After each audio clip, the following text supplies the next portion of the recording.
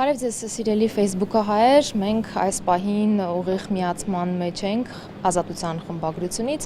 եւ կարճ ներկայացնեմ այսօրվա իրադարձությունները, այսօրվա լրահոսը,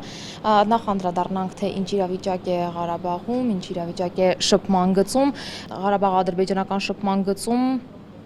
ըստ պաշտոնական տեղեկության 50 անգամ խախտվել է հրադադարի ռեժիմը, տարածված հաղորդագրության համաձայն հակառակորդը 3 արգ է նետել ուրեմն Մարտակերտի ուղությամբ, մենք այնտեղ թղթակից ունենք, Սիսակն է Գաբրիելյան, երեկոյան մենք ուղիղ միացում կունենանք նրա հետ եւ կպատմենք, նա կպատմի թե ինչ է կատարվում հենց տեղում, իսկ այժմ ես առաջարկում եմ լսենք Դավիթ Բաբայանին, Ղարաբաղի նախագահի խոսնակին, ով փաստորեն ասել է Ազատությանը, որ զինծառայողները բուժում են ստանում եւ նրանց կյանքին վտանգ չի սպառնում։ Ապրիլի 5-ից հետո մենք տեսանք, որ իրավիճակը նորից համեմատաբար առումով կայունացավ եւ այդ զինադադարը պահպանվում է ընդհանուր առումով։ Մնացածը այնպես է, ինչպես որ եղել է 22 տարվա ընթացքում։ Ադրբեջանը այս 4 օրվա պատերազմում բավականին մեծ կորուստներ է կրել։ Ինքն է էլիտային ստորաբաժանումների բավականին մեծ վնաս է հասցրել։ Էլիտային, որոնց պատրաստման վրա ծախսվել են միլիոնավոր դոլարներ, տարիներ,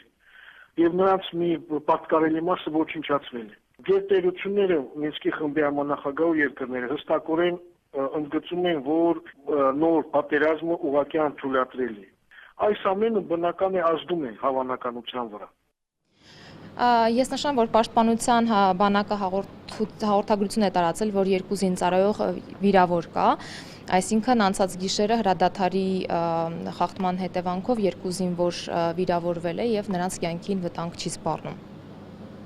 Ռուզաննա Ստեփանյանը այցելել է վիրավորներին, խոսել է նրանց հետ, հարցուփորձ է արել, թե ինչպես են նրանք ինչ է եղել դիրքերում, ինչպես են կռվել եւ այժմ առաջարկում եմ փոքր հատված դիտել։ Եթե լավալներ այսօր զենքեր ունենայինք, գրավեին տղերքը, մենք էլ հետը, ոչ էլ կա վիրավորվեինք, իրանք ավելի շատ կտուժեին, քան մենք։ Ինչի կարիք էր զգացվում այդ պահին, ինչ զինատեսակի կարիք էր զգացվում, որ… Ամեն ինչի, չես կարա ասես, ինչ հաստատ ինձ զենքեր լիներ, թեկուս կար նես չէ, որ չկար, փառք Աստծո կար, եթե արծիլերի աշխատեր, հաստատ լավ կրներ։ Դուք որտեղ եք վիրավորվել։ Ես Մարտունի եմ վիրավորվել, 5-ին վիրավորվել եմ, 6-ին բերել եմ։ Իսկ երբ անից եք եղել հենց դիրքերում։ Ամսի 2-ից, ես Կապանի երկրապատ ջոկատից եմ, մեր թիմով են գնացեն դե, տենց սկսվեց էլ հենց գնացած օրն էլ սկսվեց, հենց իջանք սկսվեց,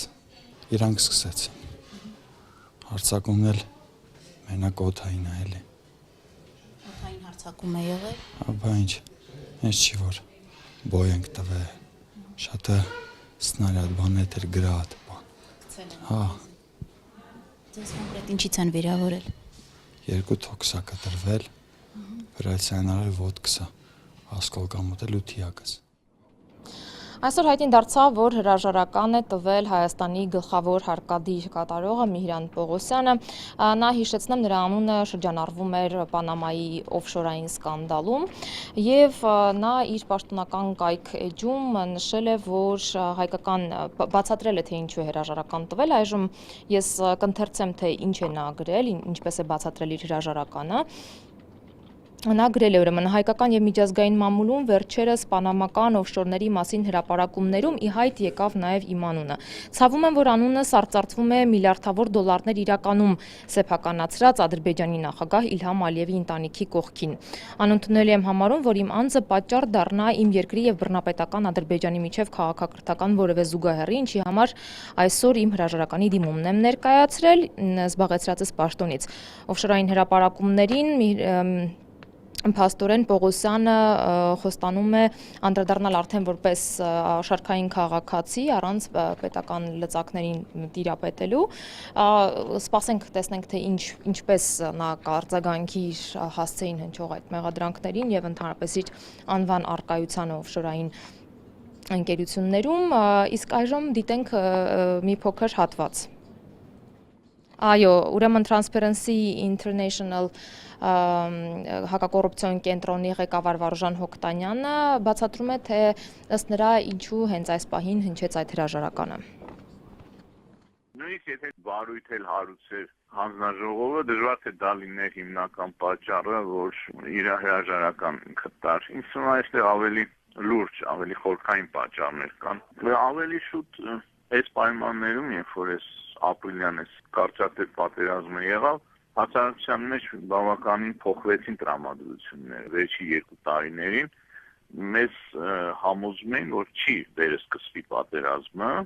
եւ քանի որ չի վերսկսվի, կարելի է հանգիստ ապրել, այսինքն նաեւ հանգիստ թալանել։ Հիմա դա հնարավոր չի, եթե ներսից երկիրը չուժեղանա, եթե այս ամեն բացասական երևույթները չհաղթարվեն, բնականաբար մենք հաղթող դուրս չենք այս պայքարում։ Չնայած ավելի շատ ես սա տեսնում եմ ոչ քայլ, որը կբերի առողջացման իրավիճակի, այլ առայժմ լրացնել ինչ-որ ձևի հանգստացնել հասարակությանը։ Եվ երկրորդը,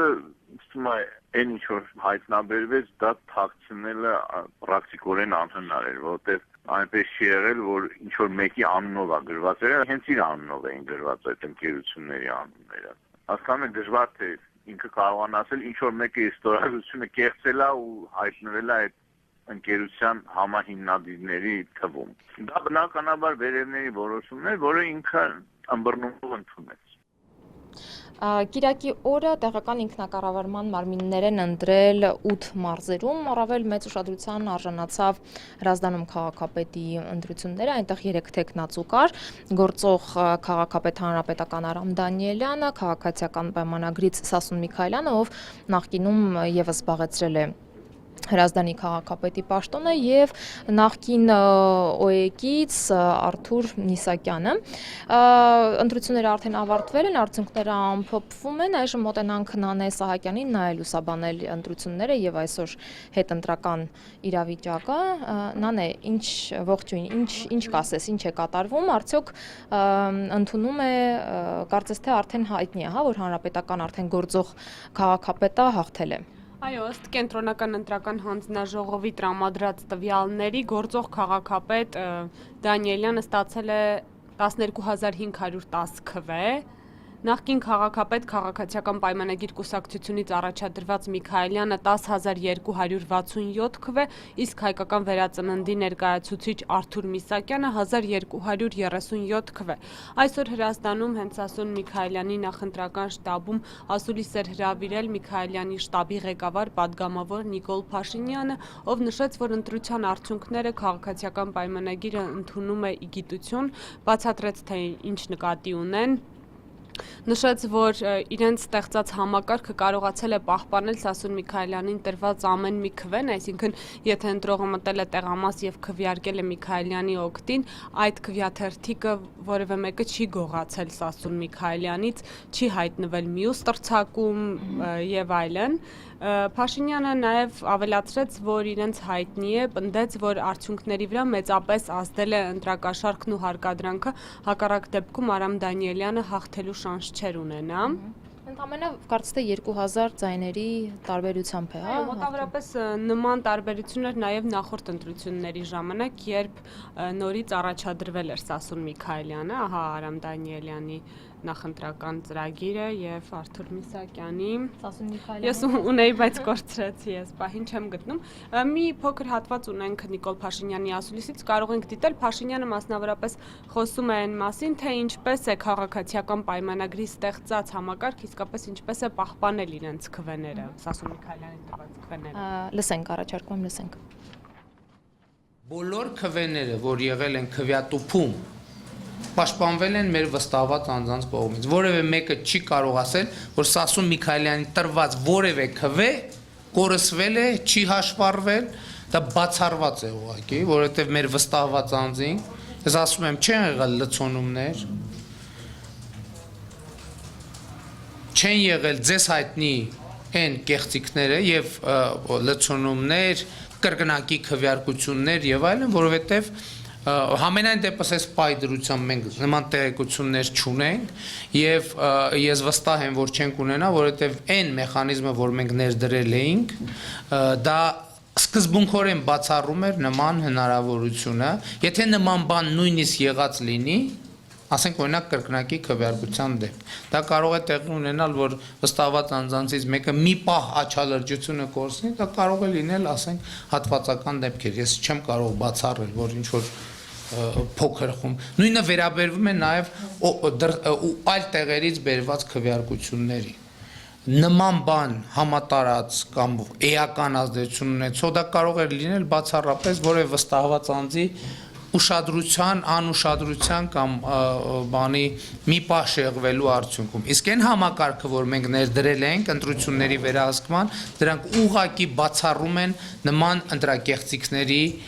իրականացումը, լցոնումներ չեն եղել։ Այժմ առաջարկում ենք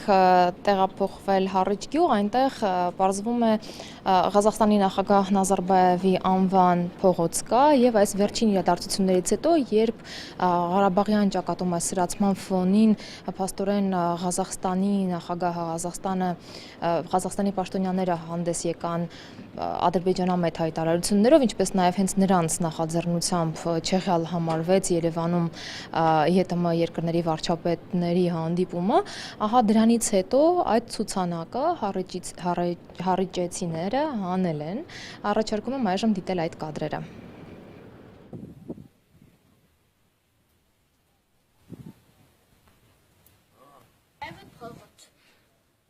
Ստեղ է խփած։ Ապցուս կտակ։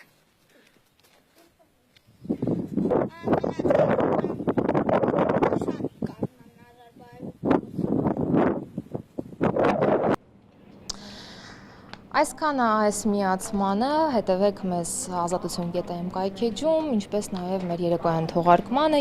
երեկոյան ժամը 8-ին ազատություն.am կայքեջում մենք դարձյալ կունենանք ամբողջական հաղորդում, որտեղ դուք կարող եք ծանոթանալ ամբողջ օրվա իրադարձություններին։ Հաջողություն։